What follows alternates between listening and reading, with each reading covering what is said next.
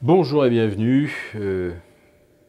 Voici notre tour d'horizon économique, géopolitique et boursier. Nous sommes le lundi 14 mai.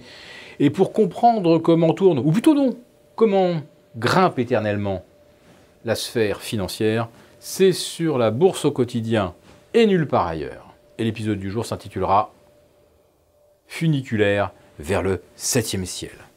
Alors funiculaire parce que la hausse que nous observons depuis le 26 mars dernier est une hausse funiculaire naturellement.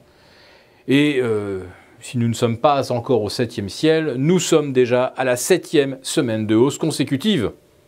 Et pour le CAC 40, si, le 7e ciel, nous y sommes, puisque le CAC 40 Global Return, le seul qui devrait réellement compter, en tout cas le seul qui constitue une référence acceptable, le CAC 40 Global Return a battu vendredi un nouveau record historique absolu à 14 320. On pensait que ça allait consolider ce matin, et puis très rapidement, le CAC 40 Global Return est revenu retester les 14 320, tandis qu'à Francfort, le DAX reste un petit peu en retrait encore par rapport au CAC, aux alentours des 13 200 points. Enfin, globalement, il est aussi, lui, revenu proche de ses sommets, et exactement de la même façon que le CAC 40, 7 semaines de hausse consécutive, à un rythme un petit peu plus faible au départ, plus rapide la semaine dernière. Mais globalement, nous sommes bien au sommet absolu sur les places européennes.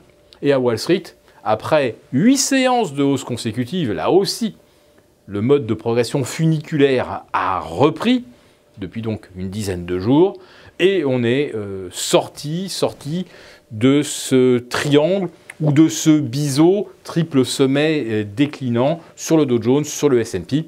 Et là, on vient de franchir l'oblique. Alors, est-ce là aussi la promesse d'un 7e ciel sur les actions américaines?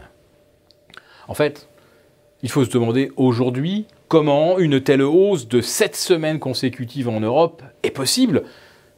Il n'y a pas de précédent depuis le premier trimestre 2015 et la mise en œuvre du quantitative easing de la BCE. Alors qu'est-ce qui aujourd'hui joue le rôle de quantitative easing de la BCE? Eh bien, ça peut vous paraître peut-être fou, mais il semble que nous assistions bien à une rotation sectorielle entre le marché obligataire et les taux qui se tendent et les marchés d'actions. Oui, parce que quand on se désengage d'un marché dont on ne voit plus comment il pourrait encore progresser, c'est-à-dire je parle des dettes, avec le gonflement des déficits américains et la non-réduction des déficits en Europe, car même la France, qui voit son déficit se réduire sous la barre des 3%, en fait, globalement, le déficit continue lui aussi de gonfler. Donc, la demande d'argent est telle que les taux ne peuvent que continuer de se tendre. Alors, s'il n'y a pas de perspective de hausse sur l'obligataire, eh bien, on récupère l'argent. Et oui, mais à ce moment-là,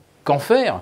Eh bien, il semblerait qu'au lieu de jouer les commodities, l'or, l'argent, eh bien, les opérateurs se contentent finalement de faire ce que les banques centrales les incitent à faire, c'est-à-dire continuer d'acheter des actions, avec une prime de risque qui se dégrade de jour en jour, de semaine en semaine, mais ce marché est complètement mécaniste et complètement décérébré. Une fois qu'on appuie sur le bouton qui lance l'ascension du funiculaire, rien ne l'arrête.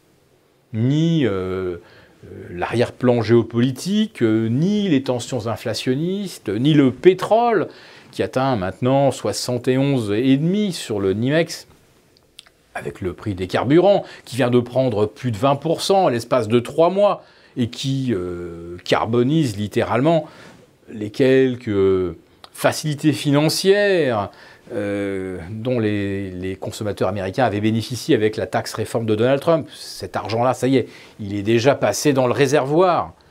Donc, qu'est-ce qui peut tirer à la hausse les valorisations dans un contexte où tout pousserait effectivement à réduire la voilure? Eh bien, nous ne voyons pas d'autre explication que cet arbitrage, cette rotation sectorielle, mécaniste et totalement absurde en faveur des actions. Alors maintenant, la question est de savoir, puisque nous sommes maintenant au 7e ciel, y en aura-t-il un 8e, un 9e? Donc 8e semaine de hausse, une 9e? Après tout, quand on est dans l'absurde et qu'on a franchi toutes les bornes, comme dirait l'humoriste, il n'y a plus de limite. Donc, couvrir les portefeuilles, c'est fait. Prendre une position offensive à la baisse dans les conditions actuelles, ça peut paraître totalement absurde, voire suicidaire. Mais réellement, qui adopte une attitude suicidaire aujourd'hui? Ceux qui font l'arbitrage, la rotation sectorielle des obligations en faveur des actions, ou ceux qui se préparent à un scénario à la 1987? Nous avons fait notre choix et nous nous y tenons.